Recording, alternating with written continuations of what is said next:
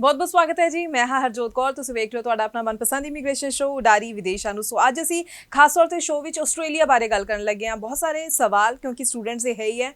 जुलाई intake नूं लैके तां सवाल है ही है, किन्ना समां होर बचे, स्कॉलरशिप्स नूं लैके भी जरूर दसांगे किहड़े-किहड़े स्टूडेंट्स एलिजिबल ने स्कॉलरशिप्स दे लई। पीआर नूं लैके बहुत वड्डा सवाल अक्सर स्टूडेंट्स दा बणिया रहिंदा, उसदी भी क्लैरिटी तुहानूं अज शो दे जरिए मिलन जा रही है। ते सारी गलबात ये सारी इन्फॉर्मेशन तुहाडे नाल सांझी करनगे ईएसएस ग्लोबल तो वीज़ा एक्सपर्ट मिस्टर रोहित सेठी जी साडे नाल ने। बहुत बहुत स्वागत है सर, सत श्री अकाल। थैंक यू वेरी मच जी। साडे नाल जुड़े सारे दर्शकों नूं मेरे वल्लों ते ईएसएस की पूरी टीम वल्लों प्यार भरिया सत श्री अकाल। सब तो पहला जुलाई इनटेक, क्योंकि बहुत थोड़ा समा रह गया, हले भी केडी प्रोफाइल्स नूं कह रहे हो कि इस समय का फायदा चक लैण, नहीं तो यह समा गया तो फिर मतलब चांस खत्म है।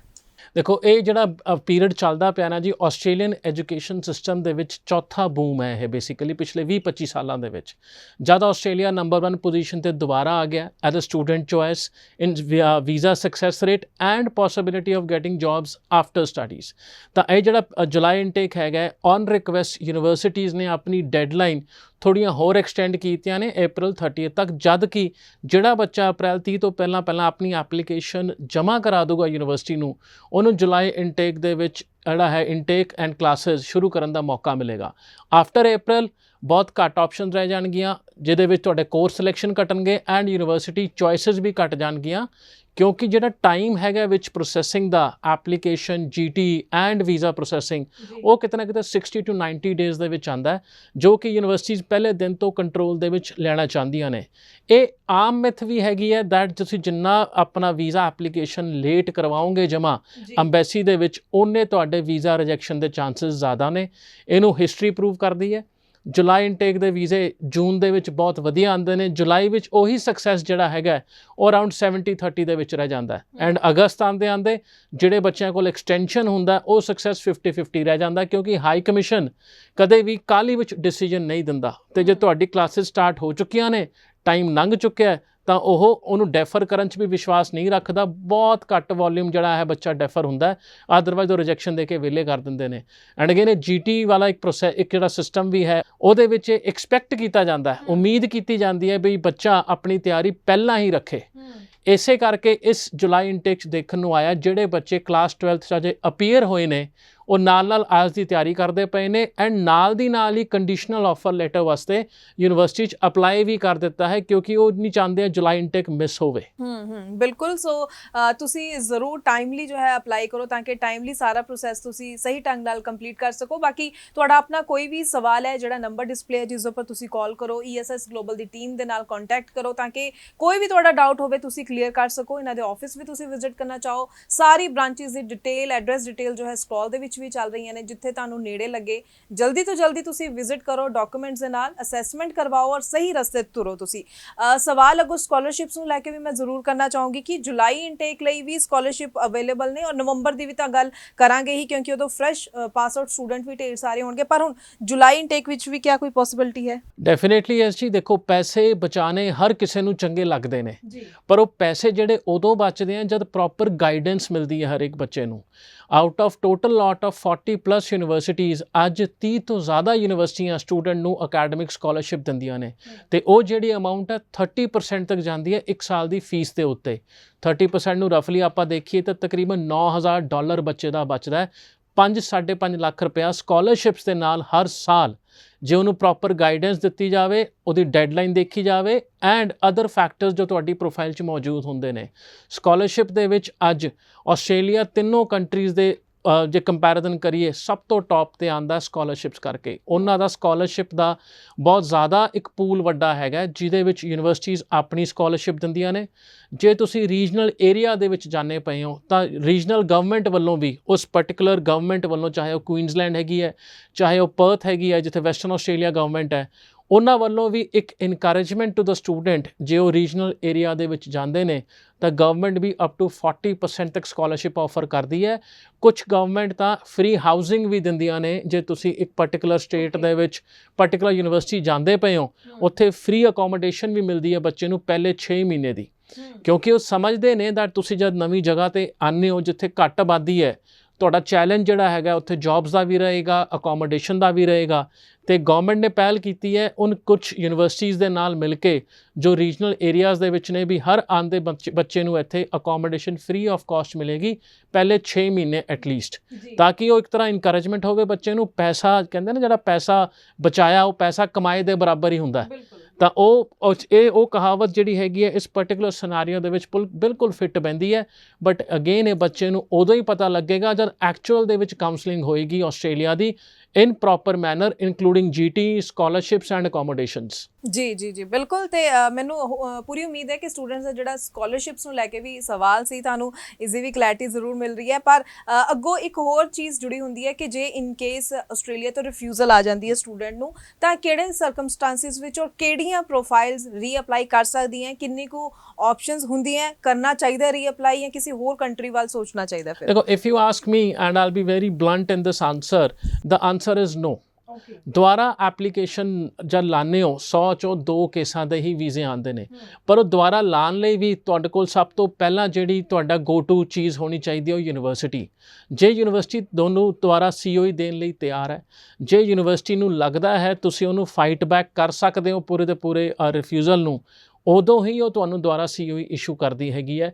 ਵੇਅਰਐਜ਼ ਇੱਕ ਹਾਈ ਕਮਿਸ਼ਨ ਦਾ ਕੰਸੈਪਟ ਪਤਾ ਕੀ ਹੁੰਦਾ, ਉਹਦੇ ਕਾਗਜ਼ ਤਾਂ ਲਿਮਿਟਿਡ ਜਾਂਦੇ ਆ। ਦੇਖੋ, ਤੁਹਾਡੇ ਫਾਈਨੈਂਸ਼ੀਅਲ ਨਹੀਂ ਜਾਂਦੇ, ਤੁਹਾਡੇ ਇਨਕਮ ਦੇ ਕਾਗਜ਼ ਜਾਂਦੇ ਆ, ਤੁਹਾਡਾ SOP ਜਾਂਦਾ ਹੈ, ਤੁਹਾਡੇ ਐਜੂਕੇਸ਼ਨ ਪਲੱਸ COE ਜਾਂਦਾ। ਆਹ ਕਾਗਜ਼ ਇੱਕ ਹਾਈ ਕਮਿਸ਼ਨ ਨੂੰ ਅਸੈਸਮੈਂਟ ਲੈਵਲ 1 ਯੂਨੀਵਰਸਿਟੀ 'ਚ ਦਿੱਤੇ ਜਾਂਦੇ ਨੇ। ਹੁਣ ਹਾਈ ਕਮਿਸ਼ਨ ਇਹ ਸੋਚ ਰੱਖਦੀ ਹੈ ਦੈਟ ਅਸੀਂ ਜੇ ਪਹਿਲੀ ਵਾਰ ਰਿਫਿਊਜ਼ ਕੀਤਾ, ਸਾਨੂੰ ਬੱਚੇ ਦਾ SOP ਜਿਹੜਾ ਹੈ ਉਹ ਹਜੇ ਕਿਤੇ ਲੈਂਡ ਨਹੀਂ ਕੀਤਾ ਜਾਂ ਸਮਝ ਨਹੀਂ ਆਇਆ ਜਾਂ ਕਨਵਿੰਸ ਨਹੀਂ ਹੋਏ, ਐਲਸ ਤੁਹਾਡੇ ਇਨਕਮ ਦੇ ਜਿਹੜੇ ਪੇਪਰਸ ਹੈ ਉਹ ਉਸ ਵਿੱਚ ਕੋਈ ਡਾਕੂਮੈਂਟੇਸ਼ਨ ਦੀ ਘਾਟ ਹੈ। ਉਹਨੂੰ ਕਿਵੇਂ ਆਪਾਂ ਸਪੋਰਟ ਕਰਦੇ ਹਾਂ? ਹੁਣ ਕਈ ਏਜੰਟ ਜੁਗਾੜ ਲਾ ਕੇ ਯੂਨੀਵਰਸਿਟੀ ਤੋਂ GT ਕੱਢ ਲੈਂਦੇ ਆ 1-1 ਸਾਲ ਦੀ ਇਨਕਮ ਟੈਕਸ ਰਿਟਰਨ ਦੇ ਨਾਲ। ਅਦਰਵਾਈਜ਼ ਹਾਈ ਕਮਿਸ਼ਨ ਹਮੇਸ਼ਾ ਕਹਿੰਦਾ ਜੇ ਤੁਹਾਡੀ ਇਨਕਮ ਕੰਸਿਸਟੈਂਟ ਹੈ, ਅੰਬੈਸੀ ਨੂੰ ਇੱਕੋ ਚੀਜ਼ ਚਾਹੀਦੀ ਹੈ, ਕੰਸਿਸਟੈਂਸੀ ਆਫ ਦਾ ਡਾਕੂਮੈਂਟੇਸ਼ਨ। ਉਹ ਇਹ ਨਹੀਂ ਦੇਖਣਾ ਚਾਹੁੰਦੀ ਵੀ ਤੁਸੀਂ ਸਪੈਸ਼ਲੀ ਬਾਹਰ ਜਾਣ ਵਾਸਤੇ ਕਾਗਜ਼ ਤਿਆਰ ਕੀਤੇ ਨੇ, ਕਿ ਤੁਸੀਂ ਕਾਗਜ਼ ਤਿਆਰ ਕਰਦੇ, ਤੁਹਾਡੇ ਕੋਲ ਕਾਗਜ਼ ਦੀ ਅਵੇਲੇਬਿਲਿਟੀ ਹਮੇਸ਼ਾ ਹੀ ਰਹਿੰਦੀ ਹੈ ਤੇ ਅੱਜ ਤੁਸੀਂ ਬਾਹਰ ਜਾਣ ਲਈ ਉਹ ਕਾਗਜ਼ ਪ੍ਰੋਡਿਊਸ ਕਰਦੇ ਪਏ ਹੋ, ਪੇਸ਼ ਕਰਦੇ ਪਏ ਹੋ, ਨਾ ਕਿ ਮੈਨੇਜ ਕਰਦੇ ਪਏ ਹੋ। ਤਾਂ ਆਹ ਕੁਝ ਬੇਸਿਕ ਚੀਜ਼ਾਂ ਨੇ ਤੁਹਾਡੇ ਐਟਲੀਸਟ 2 ਸਾਲ ਦੀ ਇਨਕਮ ਟੈਕਸ ਰਿਟਰਨ ਪਲੱਸ ਬਹੁਤ ਸਾਰੇ ਡਾਕੂਮੈਂਟੇਸ਼ਨ ਇਨਕਮ ਵਾਲੇ ਹਾਈ ਕਮਿਸ਼ਨ ਸਬਮਿਟ ਹੋਣ। ਹਾਈ ਕਮਿਸ਼ਨ ਸਟ੍ਰਿਕਟਲੀ ਕਹਿੰਦਾ ਤੁਹਾਡਾ SOP ਜਿਹੜਾ ਹੈ ਉਹ 300 ਵਰਡਸ ਦਾ ਹੋਣਾ ਚਾਹੀਦਾ ਹੈ। ਬਹੁਤ ਸਾਰੇ ਰਿਫਿਊਜ਼ਲ 'ਚ ਇਹ ਦੇਖਿਆ ਗਿਆ ਹੈ ਜਿਹੜਾ SOP ਹੈ ਉਹ ਹੀ ਹਜੇ ਵੀ 4-4 5-5 ਪੇਜਾਂ ਦਾ ਜਾਂਦਾ ਪਿਆ। ਹਾਈ ਕਮਿਸ਼ਨ ਨੇ ਸਟ੍ਰਿਕਟਲੀ ਆਪਣੇ ਏਜੰਟਸ ਨੂੰ ਜਿਹੜੀ ਉਹਨਾਂ ਦੀ ਲੌਬੀ ਬਣੀ ਹੈ ਏਰੀ ਦੀ, ਉਹਨਾਂ ਰਾਹੀਂ ਕਮਿਊਨੀਕੇਟ ਕੀਤਾ ਦੈਟ ਤੁਸੀਂ 300 ਵਰਡ ਦੇ SOP ਤੋਂ ਉੱਤੇ ਜੇ SOP ਜਮ੍ਹਾਂ ਕਰਾਓਗੇ, ਗੁੱਡ ਚਾਂਸਿਸ ਅਸੀਂ ਉਸ ਐਪਲੀਕੇਸ਼ਨ ਨੂੰ ਰਿਫਿਊਜ਼ ਕਰ ਦਈਏ, ਕਿਉਂਕਿ ਉਹ ਕਹਾਣੀਆਂ ਨੇ। ਉਹਨਾਂ ਨੂੰ ਵੀ ਇਹ ਸਮਝ ਆਉਂਦਾ ਹੈ ਇੱਕ ਪ੍ਰੋਫਾਈਲ ਦੇਖ ਕੇ SOP ਸਟੂਡੈਂਟ ਨੇ ਆਪ ਬਣਾਈ ਹੈ ਜਾਂ ਕਿਤੋਂ ਨਾ ਕਿਤੋਂ ਮੈਨੇਜ ਹੋ ਕੇ ਪ੍ਰੋਡਿਊਸ ਕੀਤੀ ਗਈ ਹੈ। ਉਹਦਾ ਫਨੀ ਪਾਰਟ ਪਤਾ ਕੀ ਹੈ? ਜਦ ਇਹੋ ਜਿਹੇ ਬੱਚੇ ਦਾ ਇੰਟਰਵਿਊ ਆ ਜਾਂਦਾ ਹੈ ਉਹ ਕਿਤੇ ਵੀ ਆਪਣੇ SOP ਦੇ ਨੇੜੇ ਤੇੜੇ ਗੱਲ ਵੀ ਨਹੀਂ ਕਰਦਾ, ਕਿਉਂਕਿ ਇੰਟਰਵਿਊ ਪ੍ਰਿਪਰੇਸ਼ਨ ਉਹ ਵੱਖਰੇ ਤਰੀਕੇ ਨਾਲ ਕਰਦਾ ਐਂਡ SOP ਕੰਸਲਟੈਂਟ ਬਣਾ ਕੇ ਫਾਈਲ 'ਚ ਪੇਸ਼ ਕਰਦਾ ਜਿਹਦੇ ਬਾਰੇ ਸਟੂਡੈਂਟ ਨੂੰ ਕੋਈ ਜਾਣਕਾਰੀ ਨਹੀਂ ਹੁੰਦੀ। ਤਾਂ ਇਹ 2 ਅਲੱਗ-ਅਲੱਗ ਚੀਜ਼ਾਂ ਹੋ ਜਾਂਦੀਆਂ ਨੇ ਜਿੱਥੇ ਹਾਈ ਕਮਿਸ਼ਨ ਨੂੰ ਸੈਂਸ ਆ ਜਾਂਦੀ ਹੈ ਇਹ ਐਕਚੁਅਲ ਪੜ੍ਹਨ ਵਾਲੀ ਪ੍ਰੋਫਾਈਲ ਹੈ ਜਾਂ ਪਹੁੰਚਣ ਵਾਲੀ ਪ੍ਰੋਫਾਈਲ ਹੈ। ਅਦਰਵਾਈਜ਼ ਰਿਜੈਕਸ਼ਨ ਦਾ ਕੋਈ ਰੀਜ਼ਨ ਹੀ ਨਹੀਂ ਬਣਦਾ।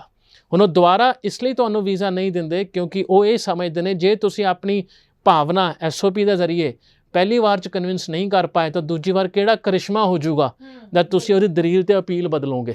ਤਾਂ ਹੀ ਕਰਕੇ ਆਸਟ੍ਰੇਲੀਆ ਇੱਕੋ ਵਾਰ ਵੀਜ਼ਾ ਦਿੰਦਾ ਜਾਂ ਰਿਜੈਕਟ ਕਰਦਾ। ਤੁਹਾਡਾ ਦੁਬਾਰਾ ਰੀਫਾਈਲ ਕਰਨ ਦਾ ਪ੍ਰੋਸੈਸ ਘੱਟੋ ਘੱਟ 1 ਸਾਲ ਤੋਂ ਬਾਅਦ ਸ਼ੁਰੂ ਹੁੰਦਾ ਜਦ ਐਪਲੀਕੇਸ਼ਨ ਦੇ ਸਰਕਮਸਟੈਂਸਿਸ ਦੇ ਵਿੱਚ ਬਦਲਾਅ ਆ ਜਾਂਦਾ। ਤੁਸੀਂ ਇੱਥੇ ਕੰਟੀਨਿਊ ਕਰ ਲਈ ਆਪਣੀ ਜੌਬ ਬੈਚਲਰ ਤੋਂ ਬਾਅਦ, ਉਸ ਤੋਂ ਬਾਅਦ ਪੜ੍ਹਾਈ ਕਰਨ ਜਾ ਰਹੇ ਹੋ ਸਾਲ ਤੋਂ ਬਾਅਦ ਰਿਫਿਊਜ਼ਲ ਤੋਂ ਮਗਰੋਂ, ਉਹ ਗੁੱਡ ਪ੍ਰੋਫਾਈਲ ਹੈ। ਬਟ ਉਹੀ ਪ੍ਰੋਫਾਈਲ ਗੈਪ ਦੇ ਨਾਲ ਦੁਬਾਰਾ ਪੇਸ਼ ਕਰਨਾ ਉਹ ਵੈਸੇ ਰਿਜੈਕਸ਼ਨ ਵਾਲੇ ਪਾਸੇ ਤੁਰਦੀ ਹੈ। ਜੀ ਬਿਲਕੁਲ। ਤੇ ਤੁਸੀਂ ਜਿਵੇਂ ਗੱਲ ਕੀਤੀ 300 ਵਰਡਸ ਵਿੱਚ SOP ਹੋਣੀ ਚਾਹੀਦੀ ਹੈ, ਤਾਂ ਮੇਨ ਕਿਹੜੇ ਪੁਆਇੰਟਸ ਉੱਪਰ ਫੋਕਸ ਕਰਨਾ ਚਾਹੀਦਾ? ਕਿਉਂਕਿ ਦੇਖਣ ਨੂੰ ਤਾਂ ਬਹੁਤ ਸਾਰੀ ਚੀਜ਼ਾਂ ਹੁੰਦੀਆਂ ਪੂਰੀ ਲਾਈਫ ਦੌਰਾਨ, ਅਗਰ ਆਪਾਂ ਗੱਲ ਕਰੀਏ ਆਪਣੇ ਅੱਗੋਂ ਦੇ ਸੋਚ ਕੇ ਰੱਖੀਏ ਕਿ ਅਸੀਂ ਕੀ ਕਰਨਾ ਲਾਈਫ ਵਿੱਚ, ਪਰ ਅੱਗੋਂ ਅਗਰ ਆਪਾਂ SOP ਦੀ ਗੱਲ ਕਰਦੇ ਹਾਂ ਮੇਨ ਫੋਕਸ ਪੁਆਇੰਟ ਕਿਹੜੇ ਹੋਣੇ ਚਾਹੀਦੇ ਆ? ਦੇਖੋ, ਹਾਈ ਕਮਿਸ਼ਨ ਨੂੰ ਨਾ ਇਹ ਬਿਲਕੁਲ ਇੰਟਰਸਟ ਨਹੀਂ ਹੈ ਜਾਣਨ 'ਚ ਤੁਸੀਂ 10ਵੀਂ 'ਚ 90% ਨੰਬਰ ਲਿੱਤੇ, 12ਵੀਂ 'ਚ 70 ਹੋ ਗਏ ਤੇ ਗ੍ਰੈਜੂਏਸ਼ਨ ਕਰਦੇ ਕਰਦੇ 50 ਹੋ ਗਏ। ਇਹ ਡਿਕਲਾਈਨ ਹੈ ਤੁਹਾਡੀ ਪ੍ਰੋਫਾਈਲ ਦਾ। SOP ਦੇ ਵਿੱਚ ਬੜਾ ਫਨੀ ਪਾਰਟ ਹੈ, ਇੱਕ SOP ਰਾਈਟਰ ਜਾਂ ਸਟੂਡੈਂਟ ਉਹ ਸ਼ੁਰੂ ਕਰਦਾ ਮੇਰੇ ਬਚਪਨ 'ਚ ਮੈਂ ਕਿੰਨੇ ਅਵਾਰਡ ਜਿੱਤੇ ਸੀ 5ਵੀਂ ਕਲਾਸ ਦੇ ਵਿੱਚ। High commission is not concerned about your past. High commission ਨੂੰ ਤੁਹਾਡੇ ਇਤਿਹਾਸ ਨਾਲ ਕੋਈ ਲੈਣਾ ਦੇਣਾ ਨਹੀਂ ਹੈਗਾ। High commission is only concerned about your future. ਅੱਜ ਤੁਸੀਂ ਜਿਸ ਜਗ੍ਹਾ ਤੇ ਖੜੇ ਹੋ ਕੇ ਆਪਣੇ ਫਿਊਚਰ ਦੀ ਪਲੈਨਿੰਗ ਕਰਦੇ ਪਏ ਹੋ, 15-20 ਲੱਖ ਦੀ ਫੀਸਾਂ ਦੇਣ ਦੀ ਪਲੈਨਿੰਗ ਕਰਦੇ ਪਏ ਹੋ, ਤੁਹਾਡਾ ਉਹ ਇਨਵੈਸਟਮੈਂਟ ਤੋਂ ਕਿੰਨੀ ਕਲੈਰਿਟੀ ਹੈਗੀ ਹੈ ਯੂਨੀਵਰਸਿਟੀ ਬਾਰੇ, ਸ਼ਹਿਰ ਵਾਲੇ ਜਿੱਥੇ ਪੜ੍ਹਨ ਚੱਲੇ ਹੋ, ਪਲੱਸ ਫਿਊਚਰ ਬਾਰੇ। ਤਾਂ SOP ਦੇ ਵਿੱਚ ਨਾ ਹੀ ਆਪਣਾ ਪਾਸਟ ਲਿਖੋ, ਨਾ ਹੀ ਪ੍ਰੈਜ਼ੈਂਟ ਲਿਖੋ, ਕਿਉਂਕਿ ਇਹ ਸਾਰਾ ਕੁਝ ਤੁਹਾਡੇ ਕਾਗਜ਼ਾਂ ਦੇ ਜ਼ਰੀਏ ਉਹਦੇ ਕੋਲ ਉਹਦੇ ਸਾਹਮਣੇ ਪਿਆ ਹੈ। ਦ ਓਨਲੀ ਪਾਰਟ ਇਜ਼ ਇਹ ਕੋਰਸ ਤੁਹਾਨੂੰ ਫਿਊਚਰ ਲਈ ਕਿਵੇਂ ਤਿਆਰ ਕਰੇਗਾ। ਇਹ ਕੋਰਸ ਤੁਹਾਨੂੰ ਲੱਗਦਾ ਹੈ ਇਹ ਯੂਨੀਵਰਸਿਟੀ 'ਚ ਪੜ੍ਹ ਕੇ ਤੁਸੀਂ ਫਿਊਚਰ 'ਚ ਇੱਕ ਸਪੈਸ਼ਲ ਮੁਕਾਮ 'ਤੇ ਪਹੁੰਚੋਗੇ ਜਿੱਥੋਂ ਤੁਹਾਡਾ ਕਰੀਅਰ ਸ਼ੁਰੂ ਹੋਏਗਾ। High commission is only concerned about future, not past, not present. ਅਤੇ ਇਹ ਫਾਰਮੈਟ ਬਹੁਤ ਸਾਰੀ ਯੂਨੀਵਰਸਿਟੀਜ਼ ਵੀ ਅੱਜ ਦੀ ਡੇਟ ਦੇ ਵਿੱਚ ਫੋਲੋ ਕਰਦੀਆਂ ਪਈਆਂ ਨੇ। ਇਨਫਲੋ ਆਫ ਇਨਫੋਰਮੇਸ਼ਨ ਬੜਾ ਸਿੰਪਲ ਹੁੰਦਾ ਹੈ। ਹਾਈ ਕਮਿਸ਼ਨ ਨੇ ਜਦ ਵੀਜ਼ੇ ਰਿਜੈਕਟ ਕਰਨੇ ਹੈ ਉਸ ਤੋਂ ਮਗਰੋਂ ਉਹ ਕਮਿਊਨੀਕੇਸ਼ਨ ਯੂਨੀਵਰਸਿਟੀਜ਼ ਨੂੰ ਜਾਣਾ ਹੈ। ਯੂਨੀਵਰਸਿਟੀਜ਼ ਏਜੰਟ ਨੂੰ ਭੇਜਦੀਆਂ ਨੇ ਅਤੇ ਏਜੰਟ ਇਹੋ ਜਿਹੇ ਪਲੈਟਫਾਰਮ ਦੇ ਜ਼ਰੀਏ ਤੁਹਾਨੂੰ ਐਜੂਕੇਟ ਕਰਨ ਦੀ ਕੋਸ਼ਿਸ਼ ਕਰਦੀਆਂ ਨੇ। ਬਟ ਉਹ ਜਿਹੜਾ ਕਮਿਊਨੀਕੇਸ਼ਨ ਆ ਉਹਨੂੰ ਐਜ਼ ਅ ਇੰਸਟਰਕਸ਼ਨ ਲਿੱਤੇ ਜਾਣਾ ਵੀ ਹਾਂਜੀ ਅੰਬੈਸੀ ਨੇ ਕੁਝ ਕਿਹਾ ਤਾਂ ਕੁਝ ਸੋਚ ਕੇ ਕਿਹਾ ਹੋਏਗਾ। ਉਹਨੇ ਇਹ ਤਾਂ ਹੈ ਨਹੀਂ ਵੀ ਸਵੇਰੇ ਉੱਠ ਕੇ ਕਿਹਾ 300 ਵਰਡ ਦਾ SOP ਲੈਂਦੇ ਆ, ਕਿਉਂਕਿ ਉਹਨਾਂ ਨੇ ਪ੍ਰੋਬਲਮ ਆਇਡੈਂਟੀਫਾਈ ਕੀਤੀ ਹੈ ਅਤੇ ਉਸ ਤੋਂ ਬਾਅਦ ਉਹਦਾ ਸੋਲਿਊਸ਼ਨ ਦਿੱਤਾ ਹੈਗਾ। ਉਹਨਾਂ ਸੋਲਿਊਸ਼ਨ ਨੂੰ ਕਿੰਨਾ ਕੋਈ ਏਜੰਟ ਜਾਂ ਕਿਹੜਾ ਸਟੂਡੈਂਟ ਐਜ਼ ਅ ਇੰਸਟਰਕਸ਼ਨ ਮੰਨ ਕੇ ਚੱਲਦਾ ਉਹਦੇ ਵੀਜ਼ਾ ਐਪਲੀਕੇਸ਼ਨ ਸਕਸੈਸ ਹੋਣ ਦੇ ਚਾਂਸਸ ਜ਼ਿਆਦਾ ਰਹਿੰਦੇ ਨੇ। ਜੀ ਬਿਲਕੁਲ, ਤੇ ਅਸੀਂ ਵੀ ਇਸੇ ਲਈ ਆਪਣੇ ਇਹਨਾਂ ਸ਼ੋਅ ਦੇ ਜ਼ਰੀਏ ਟਾਈਮਲੀ ਤੁਹਾਡੇ ਕੋਲ ਰਾਈਟ ਇਨਫੋਰਮੇਸ਼ਨ ਪਹੁੰਚਾਉਂਦੇ ਰਹਿੰਦੇ ਹਾਂ ਤਾਂ ਕਿ ਸਟੂਡੈਂਟਸ ਜਿੰਨੇ ਵੀ ਨੇ ਸਾਡੇ ਸ਼ੋਅ ਦੇ ਨਾਲ ਜੁੜਦੇ ਨੇ ਅਵੇਅਰ ਹੋਣ, ਉਹਨਾਂ ਨੂੰ ਸਾਰੀਆਂ ਗੱਲਾਂ ਦਾ ਪਤਾ ਹੋਵੇ। ਸੋ ਆਸਟ੍ਰੇਲੀਆ ਦੀ ਜਿੱਥੇ ਅਸੀਂ ਗੱਲ ਕਰਦੇ ਹਾਂ ਕਿਤੇ ਨਾ ਕਿਤੇ ਥੋੜਾ ਸਟ੍ਰਿਕਟ ਵੀ ਨਜ਼ਰ ਆਉਂਦਾ ਹੈ, ਪਰ ਜਦੋਂ PR ਦੀ ਗੱਲ ਆਉਂਦੀ ਹੈ ਸਟੂਡੈਂਟਸ ਦਾ ਸਵਾਲ ਅਕਸਰ ਇਹ ਰਹਿੰਦਾ ਕਿ ਕਿਉਂ ਥੋੜੀ ਦਿੱਕਤ ਫੇਸ ਕਰਨੀ ਪੈਂਦੀ ਹੈ ਜਦ PR ਦਾ ਮਾਮਲਾ ਹੁੰਦਾ ਹੈ। ਇਹਦਾ ਬੜਾ ਸਿੰਪਲ ਫਾਰਮੂਲਾ ਹੈ ਜੀ। ਮੈਂ ਅਗੇਨ ਫਾਰਮੂਲਾਸ ਬੜੇ ਡਿਵੈਲਪ ਕੀਤੇ ਹੋਏ ਪਿਛਲੇ 20-25 ਸਾਲਾਂ ਦੇ ਵਿੱਚ। ਜੇ ਤੁਸੀਂ ਵੀਜ਼ਾ ਮੰਗੋਗੇ ਤੁਹਾਨੂੰ ਵੀਜ਼ਾ ਮਿਲੇਗਾ, ਜੇ ਤੁਸੀਂ ਕਰੀਅਰ ਮੰਗੋਗੇ ਤੁਹਾਨੂੰ ਕਰੀਅਰ ਮਿਲੇਗਾ। ਹੁਣ ਉਹਦੇ ਵਿੱਚ ਜੇ ਤੁਸੀਂ ਵੀਜ਼ਾ ਮੰਗਦੇ ਹੋ ਕੀ ਇੱਕ ਵੀਜ਼ਾ ਮਿਲਣਾ ਤੁਹਾਡੇ PR ਦੀ ਜਾਂ ਚੰਗੇ ਕਰੀਅਰ ਦੀ ਗਾਰੰਟੀ ਹੈ? ਦਾ ਆਨਸਰ ਇਜ਼ ਨੋ। ਬਟ ਇੱਕ ਜੇ ਕਰੀਅਰ ਮੰਗੋਗੇ ਉਹ ਤੁਹਾਡੇ PR ਦੀ ਵੀ ਗਾਰੰਟੀ ਬਣੇਗੀ ਐਂਡ ਤੁਹਾਡੇ ਕਰੀਅਰ ਦੀ ਵੀ ਗਾਰੰਟੀ ਬਣੇਗੀ। ਉਹਦਾ ਇਸ ਲਈ ਰੀਜ਼ਨ ਹੈ ਜਦ ਇੱਕ ਬੰਦਾ ਇੱਥੋਂ ਪੜ੍ਹਨ ਜਾਂਦਾ ਹੈ, ਜੇ ਉਹ ਸਭ ਤੋਂ ਪਹਿਲਾਂ ਉੱਥੇ ਕੋਰਸ ਅਪਲਾਈ ਕਰਦਾ ਜੇ ਉਹ ਸਭ ਤੋਂ ਪਹਿਲਾਂ ਉੱਥੇ ਕੋਰਸ ਚੇਂਜ ਕਰਦਾ ਹੈ, ਯੂਨੀਵਰਸਿਟੀ ਬਦਲਦਾ ਹੈ, ਜਿਹੜੇ ਫੈਕਟਰਸ ਹੁੰਦੇ ਨੇ ਮੇਰੀ ਫੀਸ ਤੇ, ਉਹ ਤਾਂ ਵੈਸੇ ਹੀ PR ਲੈਣ ਦੇ ਕਾਬਿਲ ਨਹੀਂ ਬਣਦੀ। ਉਹਨੂੰ PR ਮਿਲਦੀ ਹੈ ਇਹੋ ਜਿਹੀ ਪ੍ਰੋਫਾਈਲਾਂ ਨੂੰ 10-10 15-15 ਸਾਲ ਲਕੀਰਾਂ ਕੱਢ ਕੇ, ਏਜੰਟਾਂ ਨੂੰ ਪੈਸੇ ਦੇ ਕੇ, ਯੂਨੀਵਰਸਿਟੀਆਂ ਨੂੰ ਹੋਰ ਫੀਸਾਂ ਦੇ ਕੇ ਐਂਡ ਕਿਤੇ ਨਾ ਕਿਤੇ ਸਰਕਾਰੀ ਫੀਸਾਂ ਨੂੰ ਬਾਰ-ਬਾਰ ਰਿਨਿਊ ਕਰਾਉਣਾ ਵੀਜ਼ਾ, ਉਹ ਇੱਕ ਪ੍ਰੋਸੈਸ ਬਣ ਜਾਂਦਾ ਹੈ। ਵੇਅਰਐਜ਼ ਇੱਥੋਂ ਇੱਕ ਬੱਚਾ ਜਾਂਦਾ ਇੱਕ ਡਿਗਰੀ ਕਰਨ ਵਾਸਤੇ, ਪਹਿਲਾ ਸਾਲ ਔਖਾ ਹੋਣਾ ਫੀਸਾਂ ਦਾ ਵੀ ਮੇਰੀ $30,000 ਜਿਹੜੀ ਫੀਸ ਹੈ 15-15.5 ਲੱਖ ਰੁਪਏ, ਜੇ ਉਹਦਾ ਸਪੋਰਟ ਘਰ ਦੇ ਕਰ ਦੇਣ, ਉਹਨਾਂ ਦੇ ਪੇਰੈਂਟਸ ਕਰ ਦੇਣ ਆਪਣੇ ਬਜਟ ਦੇ ਵਿੱਚ ਪਾ ਕੇ ਵੀ ਮੈਂ ਅੱਜ ਮੁੰਡਾ ਬਾਹਰ ਭੇਜਣ ਲੱਗਿਆ, ਆਪਣਾ ਬੱਚਾ ਬਾਹਰ ਭੇਜਣ ਲੱਗਿਆ, ਮੇਰੇ ਕੋਲ 15-20 ਲੱਖ ਰੁਪਇਆ ਹੋਣਾ ਚਾਹੀਦਾ, ਨਹੀਂ ਤਾਂ ਇੰਤਜ਼ਾਮ ਹੋਣਾ ਚਾਹੀਦਾ ਜਿਵੇਂ ਜਿਵੇਂ ਉਹ ਮੰਗੇਗਾ। ਪਹਿਲੇ ਸਾਲ ਦੇ ਵਿੱਚ ਬੱਚਾ ਫੋਕਸ ਰਹੇਗਾ ਪੜ੍ਹਾਈ 'ਤੇ, ਪਹਿਲੇ 3 ਮਹੀਨੇ ਹੀ ਤੁਹਾਨੂੰ ਜਾਂ ਟਰੈਕ 'ਤੇ ਲੈ ਕੇ ਆਉਣਗੇ ਜਾਂ ਟਰੈਕ ਤੋਂ ਹਿਲਾਉਣਗੇ, ਅਤੇ ਉਹਦੇ ਵਿੱਚ ਸਭ ਤੋਂ ਵੱਡਾ ਜਿਹੜਾ ਫੈਕਟਰ ਹੁੰਦਾ ਉਹ ਫਾਈਨੈਂਸ਼ੀਅਲ ਫੈਕਟਰ ਹੁੰਦਾ। ਜੇ ਐਜ਼ ਅ ਸਟੂਡੈਂਟ ਮੈਨੂੰ ਪਤਾ ਹੋਏਗਾ ਵੀ ਘਰਦਿਆਂ ਕੋਲ 1 ਸਾਲ ਦੀ ਫੀਸ ਦਾ ਇੰਤਜ਼ਾਮ ਹੈ, ਮੈਂ ਕਿਉਂ ਉਸ ਡੀ ਟਰੈਕ ਹੋਵਾਂਗਾ ਆਪਣੀ ਪੜ੍ਹਾਈ ਤੋਂ, ਉਸ ਸ਼ਾਰਟਕਟ ਤੋਂ ਜੋ 3 ਸਾਲ ਦੀ ਪੜ੍ਹਾਈ ਤੋਂ ਬਾਅਦ ਸਪੈਸ਼ਲੀ ਮੈਨੂੰ 4 ਸਾਲ ਦਾ ਵਰਕ ਪਰਮਿਟ ਦੇਗੀ ਐਂਡ ਫਿਰ PR ਵਾਸਤੇ ਲੀਡ ਕਰੇਗੀ।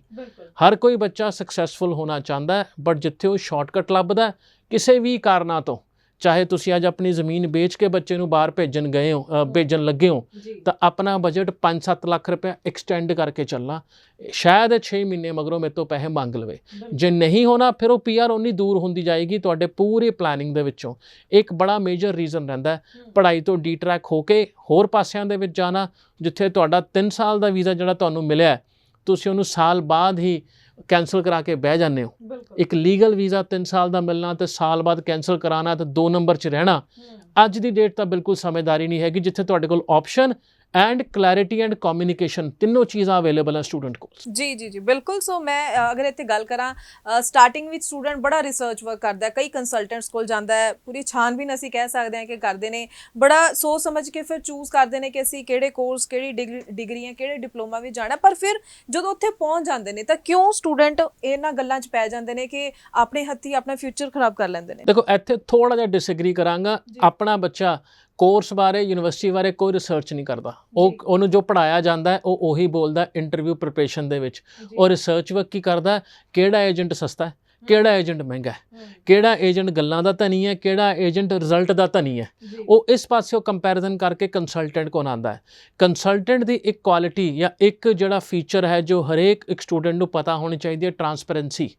ਕਿ ਤੁਹਾਡਾ ਆਪਦਾ ਈਮੇਲ ਆਈਡੀ ਯੂਨੀਵਰਸਿਟੀ ਜਾ ਰਿਹਾ ਹੈ, ਕਿ ਤੁਹਾਨੂੰ ਯੂਨੀਵਰਸਿਟੀ ਦੀ ਮੇਲ ਆ ਰਹੀ ਹੈ ਕਿ ਨਹੀਂ ਆ ਰਹੀ ਹੈ, ਸਾਰਾ ਕੰਟਰੋਲ ਕੰਸਲਟੈਂਟ ਕੋਲ ਹੈਗਾ।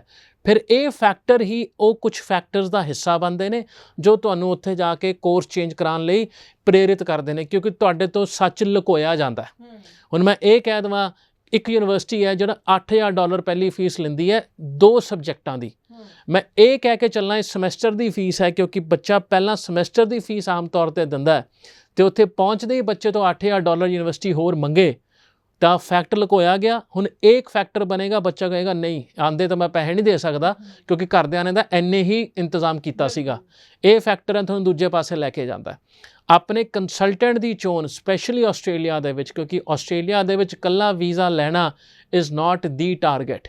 ਉੱਥੇ ਜਾ ਕੇ ਪੜ੍ਹਾਈ ਤੋਂ ਬਾਅਦ PGWP, PGWL, PR ਇੱਕ ਚੇਨ ਹੈਗੀ ਹੈ ਜਿਹੜੀ ਤੁਹਾਨੂੰ ਪ੍ਰੋਸੈਸ ਬਾਏ ਪ੍ਰੋਸੈਸ ਜੋੜੇਗੀ ਐਂਡ ਤੁਹਾਡੇ ਸਕਸੈਸਫੁਲ ਐਪਲੀਕੇਸ਼ਨ ਲਈ ਲੈ ਕੇ ਚੱਲੇਗੀ। ਹੁਣ ਕਮਿੰਗ ਬੈਕ, ਤੁਸੀਂ ਉੱਥੇ ਪਹੁੰਚ ਗਏ, ਕੰਸਲਟੈਂਟ ਵੀ ਵਧੀਆ ਲੈ ਲਿਆ, ਬਟ ਉੱਥੇ ਜਾ ਕੇ ਕੁਝ ਇਹੋ ਜਿਹੇ ਲੋਕ ਮਿਲਦੇ ਨੇ ਜੋ ਕਹਿੰਦੇ ਆ ਕਿੱਥੇ 20 ਘੰਟੇ ਪੜ੍ਹੀ ਜਾਣਾ ਹੈ, ਆਹ ਕਾਲਜ ਆ ਜਿੱਥੇ 10 ਘੰਟੇ ਜਾਣਾ ਪੈਣਾ, ਅਟੈਂਡੈਂਸ ਦਾ ਇੰਤਜ਼ਾਮ ਵੀ ਹੋ ਜਾਊਗਾ, ਆਪਣੇ ਸਰਟੀਫਿਕੇਟ ਦਾ ਇੰਤਜ਼ਾਮ ਵੀ ਹੋ ਜਾਊਗਾ, ਫਿਰ ਆਪਾਂ ਦੇਖ ਲਾਂਗੇ ਕੀ ਕਰਨਾ PR ਵੇਲੇ। ਆ ਜਿਹੜਾ ਵਰਡ ਹੈ ਨਾ ਦੇਖ ਲਾਂਗੇ, ਇਹ ਆਪਣੇ ਇੰਡੀਆ, ਪੰਜਾਬ, ਨਾਰਥ ਇੰਡੀਆ ਚੱਲ ਪੈਂਦਾ, ਉਹਨਾਂ ਦੇਸ਼ਾਂ 'ਚ ਨਹੀਂ ਚੱਲਦਾ ਕਿਉਂਕਿ ਉਹਨਾਂ ਦਾ ਸਿਸਟਮ ਹੈਗਾ। If you have not done this part ਤੁਹਾਨੂੰ ਆਹ ਚੀਜ਼ਾਂ ਨਹੀਂ ਮਿਲਣਗੀਆਂ। ਉਸ ਤੋਂ ਸੈਕਿੰਡ ਆਸਪੈਕਟ ਆਉਂਦਾ ਓਰੀਐਂਟੇਸ਼ਨ। ਤੁਸੀਂ ਕਿਤੋਂ ਕਰਾਉਂਦੇ ਪਏ ਹੋ, ਕਿ ਤੁਹਾਡਾ ਦੋਸਤ, ਮਿੱਤਰ, ਰਿਸ਼ਤੇਦਾਰ ਇੱਕ ਬੰਦ ਕਮਰੇ 'ਚ ਬਹਿ ਕੇ ਤੁਹਾਨੂੰ ਓਰੀਐਂਟੇਸ਼ਨ ਦਿੰਦਾ ਪਿਆ, ਬੱਸ ਦੀ ਟਿਕਟ ਕਿੱਥੋਂ ਲੈਣੀ ਹੈ, ਜੇ ਕੋਈ ਦੁੱਖ ਸੁੱਖ ਹੁੰਦਾ ਡਾਕਟਰ ਕੋਲ ਕਿਵੇਂ ਮੈਡੀ ਬੈਂਕ ਦਾ ਆਪਣਾ ਨੰਬਰ ਦੇਣਾ ਤਾਂ ਕਿ ਪੈਸੇ ਨਾ ਕੱਟਣ, ਔਰ ਵਰਕ ਪਰਮਿਟ ਕਿਵੇਂ ਮਿਲਣਾ, ਪਹਿਲੀ ਜੌਬ ਕਿਵੇਂ ਮਿਲਣੀ ਐਂਡ ਸੋ ਔਨ। ਪੈਰਲਲ ਵਿਜ਼ਾਵਿਜ਼ ਤੁਸੀਂ ਯੂਨੀਵਰਸਿਟੀ ਦੀ ਓਰੀਐਂਟੇਸ਼ਨ ਲਓਗੇ ਜੋ ਤੁਹਾਨੂੰ ਦੱਸੇਗੀ ਆਸਟ੍ਰੇਲੀਆ ਦੇ ਵਿੱਚ ਕਾਮਯਾਬ ਹੋਣ ਲਈ ਤੁਹਾਨੂੰ ਸਭ ਤੋਂ ਸਟਰੋਂਗ ਪੁਆਇੰਟ ਹੈ ਲਿੰਕਡਇਨ। ਸੋਸ਼ਲ ਤੁਸੀਂ ਕਿੰਨੇ ਐਕਟੀਵੇਟਿਡ ਹੋ, ਤੁਹਾਡੇ ਕਨੈਕਸ਼ਨ ਕਿੰਨੇ ਹੈ, ਤੁਸੀਂ ਕਿੰਨਾ ਉਹਨਾਂ ਲੋਕਾਂ ਨਾਲ ਘੁਲ ਮਿਲ ਜਾਂਦੇ ਹੋ, ਜਾਂ ਤੁਹਾਡੇ ਕੋਰਸ ਦੇ ਵਿੱਚ ਇੰਟਰਨਸ਼ਿਪ ਕਿੰਨੀ ਕੁ ਇੰਪੋਰਟੈਂਟ ਹੈ। ਆਹ ਫੈਕਟਰ ਹੁੰਦੇ ਨੇ ਜਿਹੜੇ ਤੁਹਾਨੂੰ ਕਾਮਯਾਬ ਬਣਾਉਂਦੇ ਨੇ ਬੜੇ ਹੀ ਸੌਖੇ ਤਰੀਕੇ ਦੇ ਨਾਲ, if you follow the instructions.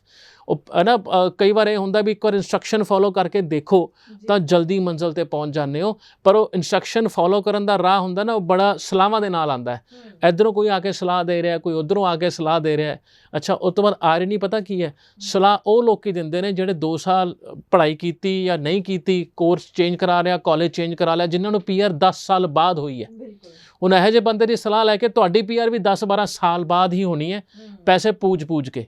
whereas there is always a shortcut ਜਿਹੜਾ ਕਿ ਹਰੇਕ ਉਸ ਬੱਚੇ ਲਈ ਅਵੇਲੇਬਲ ਹੈ, ਜੋ ਸਿੱਧਾ ਰਸਤਾ ਹੈ ਰੂਲਸ ਐਂਡ ਇਨਸਟਰਕਸ਼ਨਸ ਫੋਲੋ ਕਰਕੇ। ਬਿਲਕੁਲ ਬਿਲਕੁਲ। ਸੋ ਜੈਨੂਇਨ ਵੇ ਦੇ ਨਾਲ ਹੀ ਤੁਸੀਂ ਵੀ ਅਪਲਾਈ ਕਰੋ, ਸਹੀ ਰਸਤੇ ਤੇ ਚੱਲੋ। ਇਹੀ ਅਸੀਂ ਤੁਹਾਨੂੰ ਸ਼ੋਅ ਦੇ ਜ਼ਰੀਏ ਸਲਾਹ ਦੇਣਾ ਚਾਹੁੰਦੇ ਹਾਂ, ਇਸ ਲਈ ਅਸੀਂ ਚੰਗੇ ਕੰਸਲਟੈਂਟਸ ਨੂੰ ਲੈ ਕੇ ਆਉਂਦੇ ਹਾਂ ਤੇ ਤਾਂ ਕਿ ਆਪਣੇ ਤਜਰਬੇ ਦੇ ਨਾਲ ਤੁਹਾਨੂੰ ਸਮਝਾ ਸਕਣ ਤੇ ਤੁਸੀਂ ਉਹਨਾਂ ਗੱਲਾਂ ਦੇ ਉੱਪਰ ਅਮਲ ਕਰਕੇ ਸਹੀ ਰਸਤੇ ਤੇ ਹਮੇਸ਼ਾ ਤੁਰੋ। ਬਾਕੀ ਤੁਹਾਡਾ ਆਪਣਾ ਕੋਈ ਸਵਾਲ ਹੈ ਇਸ ਨੰਬਰ ਤੇ ਜ਼ਰੂਰ ਕਾਲ ਕਰ ਸਕਦੇ ਹੋ। ESS ਗਲੋਬਲ ਦੀ ਟੀਮ ਦੇ ਨਾਲ ਟਾਈਮਲੀ ਕੰਟੈਕਟ ਕਰਕੇ ਸਹੀ ਜਾਣਕਾਰੀ ਦੇ ਨਾਲ ਤੁਸੀਂ ਅੱਗੇ ਵਧੋ ਤਾਂ ਕਿ ਤੁਹਾਡੇ ਵੀਜ਼ਾ ਲੱਗਣ ਦੇ ਪ੍ਰੋਸੈਸ ਵਿੱਚ ਜਾਂ ਫਿਰ ਤੁਹਾਡੇ ਅੱਗੋਂ PR ਤੱਕ ਦੇ ਪ੍ਰੋਸੈਸ ਵਿੱਚ ਤੁਹਾਨੂੰ ਕੋਈ ਵੀ ਦਿੱਕਤ ਕਦੇ ਵੀ ਫੇਸ ਨਾ ਕਰਨੀ ਪਏ।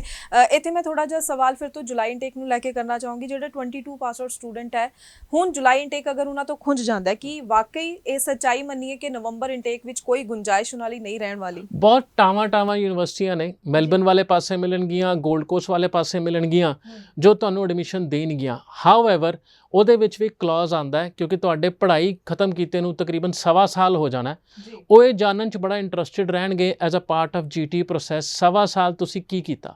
ਛੋਟਾ ਜਿਹਾ ਐਗਜ਼ਾਮਪਲ ਡੇਟਸ ਨਾਲ ਲੈਂਦੇ ਹਾਂ। ਤੁਹਾਡਾ ਰਿਜ਼ਲਟ ਆਇਆ ਪਿਛਲੇ ਸਾਲ ਜੂਨ ਜੁਲਾਈ ਦੇ ਵਿੱਚ, ਤੁਸੀਂ ਆਇਲਸ ਕਰ ਲਿਆ ਜਨਵਰੀ ਦੇ ਵਿੱਚ।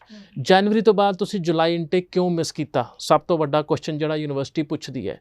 ਜੁਲਾਈ ਚਲੋ ਮਿਸ ਹੋ ਗਿਆ, ਤੁਸੀਂ ਅਕਤੂਬਰ ਨਵੰਬਰ 'ਚ ਡੈਫਰ ਹੋ ਗਏ ਜਾਂ ਐਡਮਿਸ਼ਨ ਲੈ ਲਿਆ। ਜੁਲਾਈ ਦੇ ਵਿੱਚ ਇੰਡੀਆ ਦੇ ਵਿੱਚ ਯੂਨੀਵਰਸਿਟੀਆਂ 'ਚ ਐਡਮਿਸ਼ਨਾਂ ਸ਼ੁਰੂ ਹੋ ਜਾਂਦੀਆਂ। ਕੀ ਤੁਸੀਂ ਐਡਮਿਸ਼ਨ ਲਿੱਤੀ?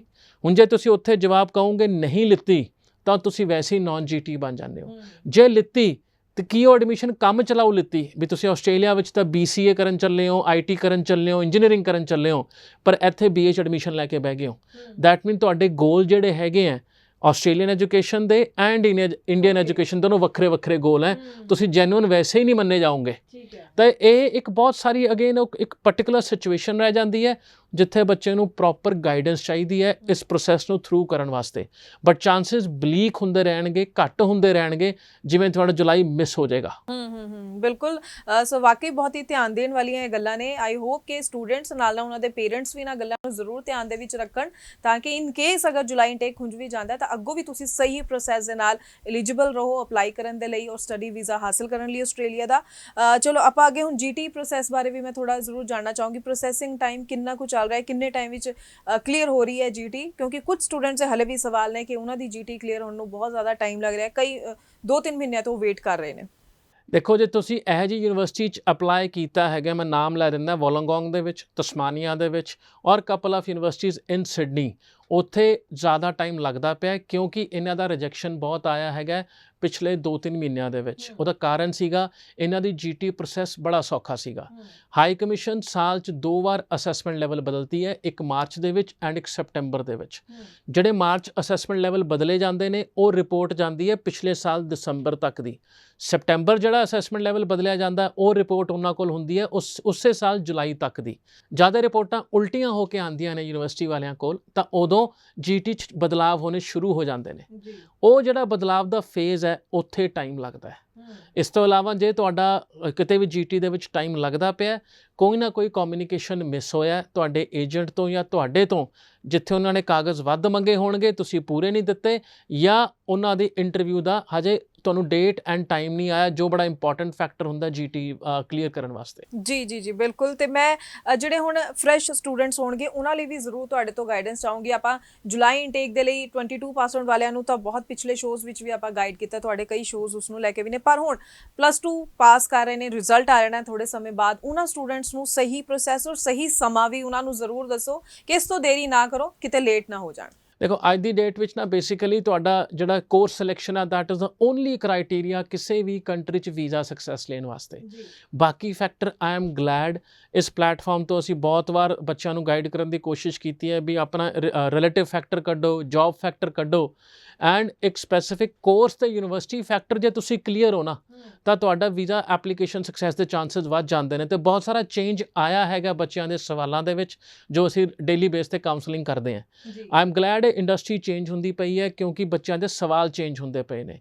ਜਿਹੜਾ ਬੱਚਾ ਅੱਜ 12th ਪਾਸ ਕਰਦਾ ਪਿਆ ਹੈ, ਰਿਜ਼ਲਟ ਦੀ ਵੇਟ ਕਰਦਾ ਪਿਆ ਹੈ, ਇਹ ਟਾਈਮ ਜਿਹੜਾ ਹੈ ਆਸਟ੍ਰੇਲੀਆ ਦੀ ਆਪਸ਼ਨ ਜਾਣਨ ਲਈ ਆਪਣਾ ਸਪੈਂਡ ਕਰੋ। ਵੈਬਸਾਈਟਸ ਦੇ ਉੱਤੇ ਬਹੁਤ ਸਾਰੀਆਂ ਆਪਸ਼ਨ ਨੇ। studyinaustralia.gov.au ਵੈਬਸਾਈਟ ਹੈ ਜੋ ਤੁਹਾਨੂੰ ਲਿਵਿੰਗ ਐਕਸਪੈਂਸ ਤੱਕ ਬਰੀਕ ਕਰਕੇ ਦੱਸ ਦੇਗੀ ਵੀ ਤੁਸੀਂ ਪਾਰਟਿਕੂਲਰ ਮੈਲਬਨ ਦੇ ਕਿਹੜੇ ਸਬਰਬ 'ਚ ਰਹਿੰਦੇ ਹੋ, ਉਹਦਾ ਵੀ ਤੁਹਾਨੂੰ ਰੈਂਟ ਕੱਢ ਕੇ ਦੇ ਦੇਗੀ। ਤਾਂ ਆਪਣੇ ਆਪ ਨੂੰ ਤਿਆਰ ਕਰੋ ਆ 1-2 ਮਹੀਨੇ ਫॉर योर ਜੁਲਾਈ ਇਨਟੇਕ ਔਰ ਅਗਲਾ ਇਨਟੇਕ ਜਿਸ ਵਿੱਚ ਵੀ ਤੁਸੀਂ ਪਾਣਾ ਹੈ, ਪਲੱਸ ਕੋਰਸ ਸਿਲੈਕਸ਼ਨ।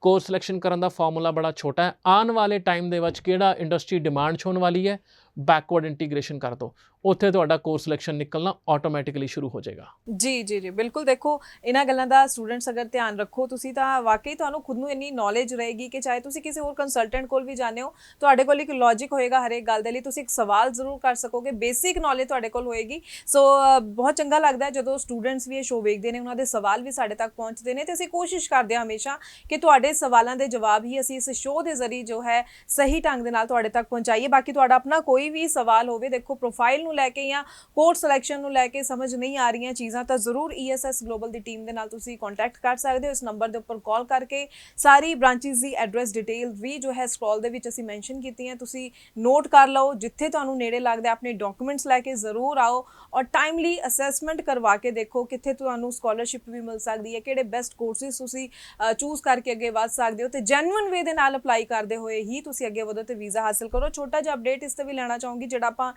ਪਿਛਲੇ ਸ਼ੋਜ਼ ਵਿੱਚ ਵੀ ਗੱਲ ਕੀਤੀ ਸੀ, ਜਿਹੜਾ ਆਸਟ੍ਰੇਲੀਆ ਵੱਲੋਂ ਪੰਜਾਬ ਤੇ ਹਰਿਆਣਾ ਦੇ ਸਟੇਟ ਬੋਰਡਸ ਨੂੰ ਬੈਨ ਕੀਤਾ ਗਿਆ, ਸਿਰਫ ਜੁਲਾਈ ਇਨਟੇਕ ਤੱਕ ਹੈ, ਅੱਗੋਂ ਨਵੰਬਰ ਇਨਟੇਕ ਵਿੱਚ ਇਸ ਤਰ੍ਹਾਂ ਦੀ ਕੋਈ ਪਾਬੰਦੀ ਰਹੇਗੀ? ਦੇਖੋ ਜਦ ਵੀ ਇੱਕ ਯੂਨੀਵਰਸਿਟੀ ਕਿਸੇ ਏਰੀਆ ਨੂੰ ਬੈਨ ਕਰਦੀ ਹੈ, ਰੋਕਦੀ ਹੈ, ਆਮ ਤੌਰ ਤੇ ਦੇਖਿਆ ਗਿਆ ਹੈ ਇੱਕ ਇਨਟੇਕ ਦਾ ਹੀ ਸਵਾਲ ਹੁੰਦਾ, ਅਗਲੇ ਇਨਟੇਕ ਦੇ ਨਾਰਮਲੀ ਓਪਨ ਅਪ, ਬਟ ਅਗਲੇ ਇਨਟੇਕ ਦੇ ਵਿੱਚ ਉਹ ਯੂਨੀਵਰਸਿਟੀ ਓਪਨ ਅਪ ਕਰਦੀ ਹੈ, ਕੋਈ ਹੋਰ ਬੰਦ ਕਰ ਦਿੰਦੀ ਹੈ, ਕਿਉਂਕਿ ਇਟਸ ਅ ਚੇਨ ਹੈਗਾ ਬੇਸਿਕਲੀ 41-42 ਯੂਨੀਵਰਸਿਟੀਆਂ ਦਾ, ਜੋ ਕਿ ਪੰਜਾਬ 'ਚ ਬਹੁਤ ਜ਼ਿਆਦਾ ਮਾਰਕੀਟ ਕਰਦੀਆਂ ਆਪਣੇ ਆਪ ਨੂੰ। ਉਹਦੇ ਨਾਲ ਅਗਲੇ ਇਨਟੇਕ ਦੇ ਕੁਝ ਹਾਦਸਾ ਵਾਪਰ ਜਾਂਦਾ, ਉੱਥੇ ਜਿਹੜੇ ਬੱਚੇ ਪਹੁੰਚਦੇ ਨੇ ਤਾਂ ਉਸ ਤੋਂ ਅਗਲਾ ਇਨਟੇਕ ਉਹ ਪੰਜਾਬ ਲਈ ਬੰਦ ਕਰ ਦਿੰਦਾ ਹੈ। ਇੱਕ ਬੜਾ ਪਪੂਲਰ ਯੂਨੀਵਰਸਿਟੀ ਹੈ ਐਡਿਥ ਕੋਵਨ ਯੂਨੀਵਰਸਿਟੀ, ਜਿਹੜੀ ਕਿ ਇਸ ਜੁਲਾਈ 'ਚ ਬੰਦ ਸੀਗੀ, ਉਹ ਫਰਵਰੀ 'ਚ ਆਪਣਾ ਖੋਲ੍ਹੇਗੀ। ਹੁਣ ਇੱਥੇ ਹੀ Southern Cross University, Gold Coast campus, Lismore campus, ਇਹਨਾਂ ਨੇ ਪਿਛਲੇ 2 ਇਨਟੇਕ ਤੋਂ ਪੰਜਾਬ ਨੂੰ ਬੰਦ ਕੀਤਾ ਹੋਇਆ ਸੀਗਾ, ਬਟ ਪਿਛਲੇ ਹਫਤੇ ਉਹਨਾਂ ਨੇ ਜੁਲਾਈ ਵਾਸਤੇ ਪੰਜਾਬ ਖੋਲ੍ਹਤਾ, ਕਿਉਂਕਿ ਉਹਨਾਂ ਦਾ ਇੱਕ ਐਲਗੋਰਿਦਮ ਤਿਆਰ ਹੋ ਜਾਂਦਾ ਹੈ how to deal with the situation of a student, ਜਿਹੜਾ ਉੱਥੇ ਆ ਕੇ ਇਮੋਸ਼ਨਲ ਬਲੈਕਮੇਲ ਕਰਦਾ, ਮੇਰੇ ਕੋਲ ਤਾਂ ਪੈਸੇ ਹੈ ਨਹੀਂ ਜੀ, ਤਾਂ ਅਸੀਂ ਆਪਣੀ ਯੂਨੀਵਰਸਿਟੀ ਚੇਂਜ ਕਰਦੇ ਪਏ ਹਾਂ, ਕਿਉਂਕਿ ਉਹਨਾਂ ਦੀ GT ਉਨੀ ਸਖਤ ਹੋਏਗੀ ਜਿੱਥੇ ਇਹੋ ਜਿਹੇ ਬਹਾਨੇ ਜਾਣਗੇ।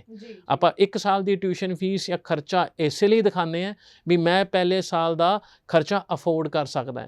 ਯੂਨੀਵਰਸਿਟੀ ਕੁਛ ਨਹੀਂ ਕਰਦੀ, ਉਹ 'ਤੇ ਨੋਟ ਬਣਾ ਕੇ ਆਪਣੀ COE ਕੈਂਸਲ ਕਰਦੀ ਹੈ, ਰੀਜ਼ਨ ਲਿਖਦੀ ਹੈ ਫਾਈਨੈਂਸ਼ੀਅਲ ਪ੍ਰੋਬਲਮ। ਹੁਣ ਹਾਈ ਕਮਿਸ਼ਨ ਸੋਚਣ ਨੂੰ ਮਜਬੂਰ ਹੋ ਜਾਂਦਾ ਹੈ, ਜਦ ਇਹਨੇ ਵੀਜ਼ਾ ਅਪਲਾਈ ਕੀਤਾ ਸੀ ਉਦੋਂ ਤਾਂ ਫਾਈਨੈਂਸ਼ੀਅਲੀ ਬੜਾ ਵੈਲ ਆਫ ਸੀਗਾ, ਇਨਕਮ ਵੀ ਵਧੀਆ ਸੀ, ਅੱਜ ਇੱਕਦਮ ਕੀ ਹੋ ਗਿਆ ਦੈਟ ਇਹਦੇ ਕੋਲ ਫਾਈਨੈਂਸ਼ੀਅਲ ਪ੍ਰੋਬਲਮ ਆ ਗਈ। ਇਹ ਕੁਛ ਥਾਟ ਪ੍ਰੋਸੈਸ ਕਰਕੇ ਆਪਣਾ ਜਿਹੜਾ ਏਰੀਆਜ਼ ਦਾ ਸਕਸੈਸ ਰੇਟ ਹੈ ਉਹ ਵੱਧਦਾ ਰਹਿੰਦਾ ਜਾਂ ਘਟਦਾ ਰਹਿੰਦਾ, ਕਿਉਂਕਿ ਜਦ ਜਿਵੇਂ ਬੱਚਿਆਂ ਨੇ ਸਿਸਟਮ ਦਾ ਫਾਇਦਾ ਚੱਕਿਆ, ਉਹਦਾ ਜਿਹੜਾ ਐਡਵਰਸ ਇਫੈਕਟ ਹੈ, ਮਾਈਨਸ ਇਫੈਕਟ ਹੈ, ਉਹ ਅਗਲੇ ਇਨਟੇਕ 'ਚ ਆਉਣਾ ਹੀ ਆਉਣਾ ਹੈਗਾ। ਇਹ 100% ਸੈੱਟ ਹੈ। ਤਾਂ ਅੱਜ ਵੀ ਐਟਲੀਸਟ 3 ਜਾਂ 4 ਯੂਨੀਵਰਸਿਟੀ ਆਪਣੇ ਪੰਜਾਬ 'ਚ ਕੰਮ ਨਹੀਂ ਕਰਦੀਆਂ, ਉਸ ਤੋਂ ਇਲਾਵਾ ਬਾਕੀ ਆਪਸ਼ਨ ਹਜੇ ਵੀ ਓਪਨ ਹੈ, ਬਟ ਅਗਲੇ ਇਨਟੇਕ 'ਚ ਆ ਯੂਨੀਵਰਸਿਟੀਆਂ ਸ਼ੁਰੂ ਹੋ ਜਾਣਗੀਆਂ, 4 ਹੋਰ ਬਾਹਰ ਹੋ ਜਾਣਗੀਆਂ। ਤਾਂ it's a chain which is there for last 2 years. ਠੀਕ ਹੈ, ਤੇ ਹੁਣ ਫਿਲਹਾਲ ਦੇ ਰਿਜ਼ਲਟਸ ਦੀ ਆਪਾਂ ਗੱਲ ਕਰ ਲਈਏ, ਕਿੰਨਾ ਕੁ ਪੋਜ਼ਿਟਿਵ ਰਿਜ਼ਲਟ ਆਪਾਂ ਦੇਖ ਪਾ ਰਹੇ ਹਾਂ ਆਪਣੇ ਸਟੂਡੈਂਟਸ ਦੀ ਗੱਲ ਕਰੀਏ ਤਾਂ ਕਿਸ ਤਰ੍ਹਾਂ ਦੀ ਪ੍ਰੋਫਾਈਲਸ ਬੈਸਟ ਰਹਿ ਰਹੀਆਂ ਨੇ, ਔਰ ਇੱਕ ਥੋੜਾ ਜਿਹਾ ਆਇਲ ਸਕੋਰ ਨੂੰ ਲੈ ਕੇ ਵੀ ਜ਼ਰੂਰ ਕਲੈਰਿਟੀ ਕਰੋ। ਬਹੁਤ ਸਾਰੇ ਆਪਾਂ ਹਾਲਾਂਕਿ ਹਰ ਵਾਰੀ ਸ਼ੋਅ ਵਿੱਚ ਜ਼ਰੂਰ ਕਲੈਰਿਟੀ ਦੇਣੇ ਇਸ ਨੂੰ ਲੈ ਕੇ, ਪਰ ਫਿਰ ਵੀ ਜੋ ਫਰੈਸ਼ ਸਟੂਡੈਂਟ ਹੁੰਦੇ ਨੇ, ਕਿ ਪਹਿਲੀ ਵਾਰ ਸ਼ੋਅ ਦੇ ਨਾਲ ਬਣੇ ਹੁੰਦੇ ਨੇ, ਉਹਨਾਂ ਦਾ ਸਵਾਲ ਹੁੰਦਾ ਹੀ ਹੈ, ਮੈਂ ਜ਼ਰੂਰ ਚਾਹੂੰਗੀ ਉਹ ਵੀ ਕਲੈਰਿਟੀ ਦਿਓ। ਦੇਖੋ ਜਿਹੜੀ ਯੂਨੀਵਰਸਿਟੀ ਨੇ GT ਸੌਖਾ ਕੀਤਾ ਹੈ, ਉਹਨਾਂ ਦਾ ਸਕਸੈਸ ਰੇਟ 63 ਤੋਂ 69% ਹੈ।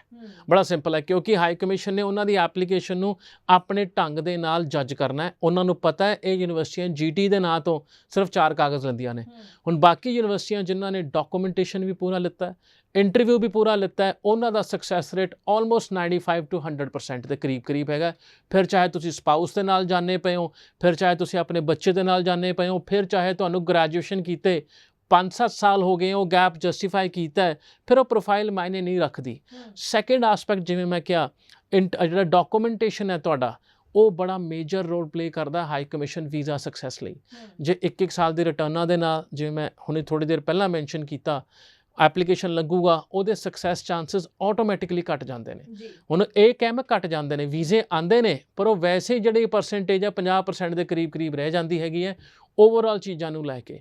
ਜੇ ਤੁਸੀਂ ਆਪਣੇ ਆਸਟ੍ਰੇਲੀਅਨ ਵੀਜ਼ਾ ਐਪਲੀਕੇਸ਼ਨ ਦਾ ਸਕਸੈਸ ਵਧਾਉਣਾ ਚਾਹੁੰਦੇ ਹੋ, ਔਰ ਐਟਲੀਸਟ ਇੱਕ ਤਸੱਲੀ ਦੇ ਨਾਲ ਜਾਣਾ ਚਾਹੁੰਦੇ ਹੋ ਵੀ ਮੇਰੇ ਚਾਂਸਸ ਬਹੁਤ ਸੋਹਣੇ ਹੈ, ਬਾਕੀ ਫੈਕਟਰ ਸਪਾਊਸ, ਬੱਚੇ, ਗੈਪ, ਉਹ ਸੈਕੰਡਰੀ ਫੈਕਟਰ ਬਣ ਜਾਂਦੇ ਨੇ ਤੁਹਾਡੀ ਐਪਲੀਕੇਸ਼ਨ ਦੇ। ਜੇ ਤੁਹਾਡੀ ਯੂਨੀਵਰਸਿਟੀ ਵਧੀਆ ਹੈਗੀ ਹੈ, ਜੇ ਤੁਹਾਨੂੰ ਸਕਾਲਰਸ਼ਿਪ ਮਿਲਿਆ ਹੈਗਾ, ਤੇ ਤੁਹਾਡਾ ਵਰਕ ਐਕਸਪੀਰੀਅੰਸ ਜਿਹੜਾ ਤੁਸੀਂ ਇੱਥੇ ਲਿੱਤਾ ਹੈ ਉਹ ਚੰਗੀ ਤਰ੍ਹਾਂ ਵੈਲ ਐਕਸਪਲੇਨਡ ਹੈ, ਉਹ 300 ਵਰਡਸ ਦੇ SOP ਦੇ ਨਾਲ, ਪਲੱਸ ਲਿੰਕ ਕੀਤਾ ਗਿਆ ਹੈ ਤੁਹਾਡੇ ਫਿਊਚਰ ਸਟੱਡੀ ਮੋਡਿਊਲਸ ਦੇ ਨਾਲ। ਜਿਹੜੀ ਵੀ ਆਪਾਂ ਸਕਿੱਲ ਲਿੱਤਾ ਇੰਡੀਆ ਦੇ ਵਿੱਚ, ਚਾਹੇ ਉਹ ਪੜ੍ਹਾਈ ਹੈ, ਚਾਹੇ ਵਰਕ ਐਕਸਪੀਰੀਅੰਸ ਹੈ, ਕਿਸੇ ਨਾ ਕਿਸੇ ਨੇ ਹਰ ਕੋਈ ਸਕਿੱਲ ਲਿੱਤਾ ਹੁੰਦਾ। ਛੋਟਾ ਜਿਹਾ ਐਗਜ਼ਾਮਪਲ, ਜੇ ਤੁਸੀਂ ਮਾਰਕੀਟਿੰਗ ਦੀ ਜੌਬ ਕਰਦੇ ਹੋ, ਤੁਸੀਂ ਉਹਦੇ ਵਿੱਚ time management, negotiation skills, people management, ਬਹੁਤ ਸਾਰੇ ਸਕਿੱਲਸ ਸਿੱਖੇ ਹੋਣਗੇ। ਹੁਣ ਜੇ ਤੁਸੀਂ ਉੱਥੇ MBA ਵਾਸਤੇ ਜਾਂਦੇ ਹੋ, ਔਰ ਕੰਪਲੀਮੈਂਟ ਕਰੋ ਉਹ ਸਬਜੈਕਟਾਂ ਦੇ ਨਾਲ, ਤੁਹਾਡੀ ਅੰਡਰਸਟੈਂਡਿੰਗ ਵੀਜ਼ਾ ਅਫਸਰ ਨੂੰ ਕਲੀਅਰਲੀ ਸਮਝ ਆਉਂਦੀ ਹੈ, ਜਿੱਥੇ ਵੀਜ਼ਾ ਚਾਂਸਸ ਆਟੋਮੈਟਿਕਲੀ ਗਰੋ ਹੋ ਜਾਂਦੇ ਨੇ। ਜੀ ਬਿਲਕੁਲ। ਸੋ ਆਪਾਂ ਅਗਰ ਗੱਲ ਕਰੀਏ ਆਸਟ੍ਰੇਲੀਆ ਦੀ, ਤਾਂ ਕੈਨੇਡਾ, UK, ਬਾਕੀ ਕੰਟਰੀਜ਼ ਤੋਂ ਬਿਲਕੁਲ ਫਾਈਲਿੰਗ ਡਿਫਰੈਂਟ ਮੰਨੀ ਜਾਂਦੀ ਹੈ। ਸੋ ਬਹੁਤ ਹੀ ਤਰੀਕੇ ਦੇ ਨਾਲ, ਸਹੀ ਢੰਗ ਦੇ ਨਾਲ ਅਗਰ ਅਪਲਾਈ ਕੀਤਾ ਜਾਏ ਤਾਂ ਹੀ ਸਕਸੈਸ ਰੇਟ ਵਧੀਆ ਆਪਾਂ ਦੇਖ ਸਕਦੇ ਹਾਂ। ਸੋ ਇਸ ਲਈ ਇੱਕ ਚੰਗੇ ਕੰਸਲਟੈਂਟ ਦੀ ਚੋਣ ਕਰਨੀ ਬਹੁਤ ਜ਼ਰੂਰੀ ਹੈ। ਜ਼ਰੂਰ ਦੇਖੋ ਜਿਸ ਕੰਸਲਟੈਂਟ ਕੋਲ ਤੁਸੀਂ ਜਾ ਰਹੇ ਹੋ, ਆਸਟ੍ਰੇਲੀਆ ਦੇ ਉੱਪਰ ਕਿੰਨਾ ਕੁ ਕੰਮ ਹੈ, ਕਿੰਨੀ ਕੁ ਰਿਸਰਚ ਹੈ ਉਹਨਾਂ ਦੀ, ਜਾਂ ਕਿੰਨੇ ਕੁ ਸਟੂਡੈਂਟਸ ਵੀਜ਼ਾ ਲੈ ਕੇ ਆਏ ਹੋਏ ਨੇ। ਸੋ ਇਹ ਚੀਜ਼ਾਂ ਜਾਂਚ ਪਰਖ ਕੇ ਹੀ ਤੁਸੀਂ ਆਪਣੀ ਪ੍ਰੋਫਾਈਲ ਜਾਂ ਆਪਣਾ ਫਿਊਚਰ ਕਿਸੇ ਦੇ ਹੱਥ ਸੌਂਪਿਆ ਕਰੋ। ਸੋ ਵਧੀਆ ਲੱਗਦਾ ਹੈ ਕਿ ਜਦੋਂ ਸਟੂਡੈਂਟ ਦੇ ਸਵਾਲ ਸਾਡੇ ਕੋਲ ਆਉਣ ਤੇ ਅਸੀਂ ਉਹਨਾਂ ਦੇ ਜਵਾਬ ਦੇਣ 'ਚ ਤੁਹਾਡੀ ਮਦਦ ਕਰ ਸਕੀਏ, ਔਰ ਬਹੁਤ ਚੰਗਾ ਲੱਗਦਾ ਸਰ ਕਿ ਜਦੋਂ ਤੁਸੀਂ ਸ਼ੋਅ ਦੇ ਵਿੱਚ ਸਟੂਡੈਂਟ ਦੇ ਸਾਰੇ ਸਵਾਲਾਂ ਦਾ ਬੜੇ ਵਧੀਆ ਢੰਗ ਦੇ ਨਾਲ ਐਕਸਪਲੇਨ ਕਰਕੇ ਉਹਨਾਂ ਨੂੰ ਪੂਰੀ ਜਾਣਕਾਰੀ ਦਿੰਦੇ ਹੋ। ਸੋ ਬਹੁਤ ਬਹੁਤ ਥੈਂਕਸ ਇੱਕ ਵਾਰ ਫਿਰ ਤੋਂ ਤੁਹਾਡਾ, ਤੇ ਉਮੀਦ ਕਰਦੇ ਹਾਂ ਜੋ ਤੁਹਾਡੇ ਸਵਾਲ ਸੀ ਉਹਨਾਂ ਦੇ ਜਵਾਬ ਦੇਣ 'ਚ ਅਸੀਂ ਜੋ ਹੈ ਅੱਜ ਆਪਣੀ ਜੋ ਮਿਹਨਤ ਕੀਤੀ ਹੈ ਜਾਂ ਆਪਣੀ ਜਿਹੜੀ ਕੋਸ਼ਿਸ਼ ਕੀਤੀ ਉਸ 'ਚ ਅਸੀਂ ਕਾਮਯਾਬ ਹੋ ਸਕੇ ਹਾਂ। ਸੋ ਅੱਗੋਂ ਵੀ ਤੁਹਾਡੇ ਲਈ ਇਸੇ ਤਰ੍ਹਾਂ ਨਾਲ ਅਸੀਂ ਹੋਰ ਇਨਫੋਰਮੇਟਿਵ ਸ਼ੋਜ਼ ਲੈ ਕੇ ਆਉਂਦੇ ਰਵਾਂਗੇ। ਫਿਲਹਾਲ ਲਈ ਦਿਓ ਜੀ ਸਾਨੂੰ ਇਜਾਜ਼ਤ। ਧੰਨਵਾਦ।